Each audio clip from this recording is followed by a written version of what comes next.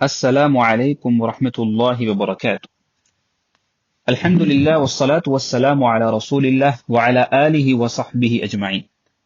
அன்பார்ந்த மாணவர்களே, அல்ஹம்துலில்லாஹ், அல்லாஹ்வுடைய கிருபையினால் 3ஆம் வகுப்பில் நாம் நுழைந்திருக்கின்றோம். நம்முடைய புத்தகம் 3 அடிப்படை விஷயங்கள் இமாம் முஹம்மது இப்னு அப்துல் வஹாப் அவர்கள் எழுதின அந்த புத்தகம் அகீதாவில் அடிப்படையாக கொண்ட புத்தகம். சென்ற வகுப்புல நம்ம கடைசியா முடிச்சது பாத்தீங்கன்னா 4 முக்கியமான விஷயங்களை ஒரு மனிதன் கண்டிப்பாக அறிய வேண்டும். அதுல கல்வி, அந்த கல்வி பாத்தீங்கன்னா 3 கல்விகள் இருக்கின்றது. அல்லாஹை பற்றி அறிவது, நபியை பற்றி அறிவது, மார்க்கத்தை பற்றி அறிவது ஆதாரத்தோடு. அதே போல அமல் செய்யணும், தவா பண்ணி செய்யணும். அந்த தவா பண்ணில வரக்கூடிய துன்பங்களை, இன்னல்களை சபரோடு இருக்கணும் அப்படிங்கிறது. அப்போ இந்த 4 விஷயங்கள் அவர் எவ்வாறு கூறினார் அப்படின்னு பாத்தீங்கன்னா, அவர் ஒரு ஆதாரத்தோடு தான் கூறியிருக்கின்றார். இந்த புத்தகத்துல அல்லாஹ்வோட கிருபையினால அனைத்து விஷயங்களுமே ஆதாரத்தோடு கூறப்பட்டிருக்கு. அப்ப என்ன ஆதாரம்? இந்த 4 விஷயங்கள் நம்ம வாழ்க்கையில கடைபிடிக்கணுங்கிறதுக்கு சூரத்துல் அஸ்ர், வல் அஸ்ர் இன்னல் இன்சான லஃபீ ஹுஸ்ர் என்று ஆரம்பிக்குது பாத்தீங்களா? நம்ம அடிக்கடி படிப்போம்.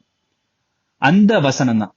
வாங்க அந்த வசனத்தோடு, அந்த வசனத்துல இருக்கக்கூடிய என்னென்ன விஷயங்கள் இவர் குறிப்பிட்டிருக்கின்றார், இந்த வசனத்திற்கு இதற்கும் என்ன தொடர்பு இருக்கின்றது பார்ப்போம்.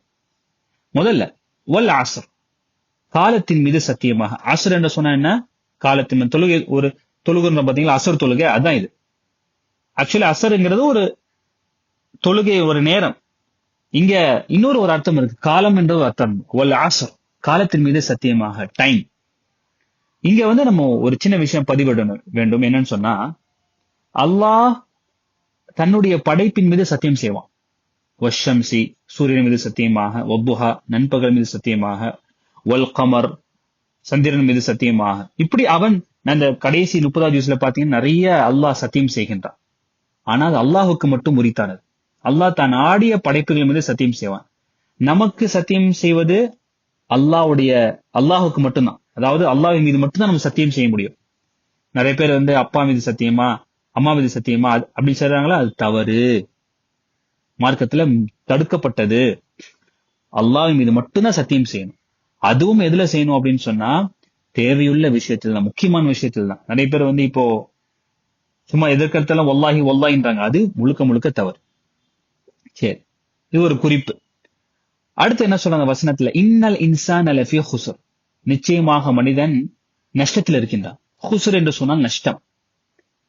இல்லல்லதீன ஆமனு, யாரை தவிர அப்படின்னு பாத்தீங்கன்னா, யாரை தவிரனா ஈமான் கொண்டு, வஅமிலு ஸாலிஹாத், நல்ல அமல்கள் செய்து, வதவாஸௌ பில் ஹக், ஒருத்தருக்கு ஒருத்தர் அந்த விஷயங்களை பகிர்ந்து கொண்டு, வதவாஸௌ பிஸ் ஸப்ர், ஒருத்தருக்கு ஒருத்தர் பொறுமையோடு இருந்தால், இந்த 4 விஷயங்கள் இருந்தால் அந்த மனிதன் நஷ்டத்தில் இல்லை, அவன் வெற்றி பெறுகின்றான். இந்த 4 விஷயத்தை தான் நம்மளுடைய ஆசிரியர் என்ன பண்றாரு, இதுல இருந்து எடுத்து அவர் ஒரு 4 விஷயம் நமக்கு சொல்றார். இப்ப ஆமனு அப்படிங்கிறது ஈமான் கொள்ளுதல், அதான கல்வி. அதாவது கல்வி இல்லாமல் ஈமான் கொள்ள முடியாதுல. ஒருத்தரை பத்தி யாருன்னே தெரியாம அவரை நம்ப முடியுமா? நம்ப மாட்டோம். அப்ப அல்லாஹ்வை பற்றி அறிந்தால் மட்டும்தான் அவன் மீது ஈமான் கொள்ள முடியும். அப்ப ஈமான் என்பது கல்வி.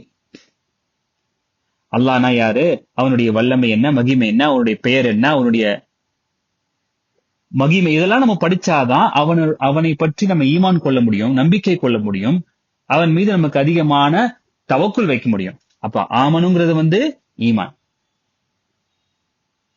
கல்வி. ஒண்ணு கிளியர் ஆயிடுச்சா? அடுத்து வஅமிலு ஸாலிஹாத், நல்ல அமல்கள் செய்வது. அதான் அங்க என்ன சொன்னாரு? அமல் அப்படின்னு சொன்னார். அமலு பிஹி, அமல் செய்வதல், கற்றுக்கொண்டதை அமல் செய்து. வஅமிலு ஸாலிஹாத், இங்க அல்லாஹ் என்ன சொல்றான்? வஅமிலு ஸாலிஹாத். அதாவது நல்ல அமல்களுக்கான ஒரு டெஃபினேஷன் ஒண்ணு இருக்கு. டெஃபினேஷன் சொல்லுவதோட நிபந்தனை ஒண்ணு இருக்கு. என்ன நிபந்தனை பாத்தீங்கன்னா, ஒண்ணு இஹ்லாஸ் இருக்கணும். என்ன இருக்கணும்? இஹ்லாஸ், உள்ள தூய்மை, சின்சியாரிட்டி இருக்கணும். அதாவது எந்த அமல் செய்தாலும் அது அல்லாஹ்வுக்காக மட்டும்தான் நம்ம செய்யணும், வேற யாருக்காகவும் செய்யக்கூடாது. எந்த படைப்பிற்காகவும், அப்பாவிற்கு, அம்மாவுக்கு, யாருக்குமே அவங்க பாக்குறாங்க, அவங்க பண்றாங்க அப்படின்னு செஞ்சா அந்த அமல் அல்லாஹ்விடத்துல ஏற்றுக்கொள்ளப்படாது. இரண்டாவது விஷயம் என்ன முக்கியமான விஷயம் சொன்னா, அந்த அமல் செய்யறது நபி ஸல்லல்லாஹு அலைஹி வஸல்லம் உடைய வழிகாட்டுதல் இருக்கணும். இந்த 2 இஹ்லாஸும் நபி ஸல்லல்லாஹு அலைஹி வஸல்லம் வழிகாட்டுதல் இருந்தால் மட்டும்தான் அந்த அமல் அல்லாஹ்விடத்துல ஏற்றுக்கொள்ளப்படும். புரியுதா? அப்போ ஒவ்வொரு விஷயத்திலுமே இப்ப நபி ஸல்லல்லாஹு அலைஹி வஸல்லம் வழிகாட்டுதல் இல்லைன்னு சொன்னா அது என்ன மாறிடும்? பிதஅத்தா மாறிடும். புதுமையான விஷயங்கள், ரொம்ப முக்கியம், பேசிக்கான விஷயம் இதெல்லாம். அப்போ எந்த ஒரு அமல் செஞ்சாலும் இது வந்து அல்லாஹ்வுக்காண்டி செய்யறோம், இது நபி ஸல்லல்லாஹு அலைஹி வஸல்லம் வழிகாட்டுதல் இருக்குதா அப்படின்னு செக் பண்ணிட்டு செய்யணும். அப்ப அந்த அமல்கள் இன்ஷா அல்லாஹ் அல்லாஹ்விடத்துல ஏற்றுக்கொள்ளப்படும். வதவாஸௌ பில் ஹக், ஒருத்தருக்கு ஒருத்தர் உண்மையை பரிமாற்றிக் கொள்வது. அதான் அங்க என்னது? தாவா. ஆசிரியர் என்ன சொல்கின்றாரு? தாவான்னு சொன்னாரு. இங்க அல்லாஹ் வதவாஸௌ பில் ஹக். அதே போல வதவாஸௌ பிஸ் ஸப்ர், அல்லாஹ் என்ன சொல்றான்? பொறுமையை நீங்கள் ஒருத்தருக்கு ஒருத்தர் கையாளுங்கன்னு சொல்றான். அதுதான் அஸ்ஸப்ரு அலல் அதாஃபி, பொறுமை காக்க வேண்டும் நமக்கு வரக்கூடிய இன்னல்கள். அதான் சொன்னா இன்னல்கள், துன்பங்கள். அப்ப இந்த வசனத்திலிருந்து தான் அவர் என்ன பண்றாரு? அந்த 4 விஷயத்தையுமே எடுத்திருக்காரு. அப்போ இது வெறுமனே அவர் சொல்லல. அடுத்து பாருங்க, இந்த வசனத்தை பற்றி ஒரு கமெண்ட்ரி எழுதியிருக்காங்க. யாருன்னு சொன்னா இமாம் ஷாஃபிஈ வந்து எழுதியிருக்காங்க. இமாம் ஷாஃபிஈ யாரு? அவர்கள் இந்த 4 இமாம்கள் சொல்லுவாங்கல்ல, அபு ஹனீஃபா, இமாம் ஷாஃபிஈ, இமாம் மாலிக், இமாம் ஹம்பலி, அதுல இவர் இமாம் ஷாஃபிஈ ஒருத்தர். 4 மذஹப்ல இருக்கக்கூடிய ஒருத்தர். அதாவது ஃபிக்ஹுடைய சட்டங்களை நமக்கு இலகுவாக சொல்லிக் கொடுத்த இமாம்களில் ஒருத்தர். இவருடைய உண்மையான பேர் வந்து பாத்தீங்கன்னா முஹம்மது இப்னு இத்ரீஸ். முஹம்மது இப்னு இத்ரீஸ் அஷாஃபிங்கிறது வந்து அவருக்கு அவருடைய முப்பாட்டம் பெயர். அந்த பெயர் அவர் பிரபலம் ஆயிட்டார், சரியா? ஆனா உண்மையான பேர் வந்து முஹம்மது இப்னு இத்ரீஸ். அவர் 150 ஹிஜ்ரில பிறந்து 204 ஹிஜ்ரில அவர் வஃபாத் ஆயிருக்காரு. இந்த விஷயத்தை நம்ம கண்டிப்பா தெரிஞ்சிருக்கணும். அப்போ அவர் என்ன சொல்றாருன்னா, லவ் மா அன்ஸல அல்லாஹு ஹுஜ்ஜதன் அலா ஹல்கிஹி இல்ல ஹாதிஹி ஸூரா லகஃபத்ஹும். அதாவது அல்லாஹ் சுப்ஹானஹு வ தஆலா அவனுடைய படைப்பிற்கு இந்த சூறாவை தவிர வேற எந்த சூறாவையும் இறக்காமல் இருந்திருந்தால் அதுவே அவர்களுக்கு போதுமானது அப்படின்னு சொல்றான். அப்படின்னு சொல்றாங்க. அப்போ எப்படி அது இந்த சூறாவை தவிர, அப்ப வேற எந்த சூறாவும் தேவையில்லையா அப்படின்னு? அப்படி அர்த்தம் கிடையாது. அதாவது எல்லா சூறாவும் தேவை. இந்த சூறாவினுடைய மகிமையை அவர் வந்து உயர்த்துகின்றார். நம்முடைய இமாம் ஷாஃபிஈ என்ன பண்ணாங்க? உயர்த்துகின்றாங்க. இந்த சூறால அவ்வளவு பெரிய ஒரு வழிகாட்டுதல் இருக்கிறது. சின்ன சூறா இருந்தாலும் அந்த 4 விஷயம் நம்முடைய ஐ ஓப்பனிங்கா இருக்கு.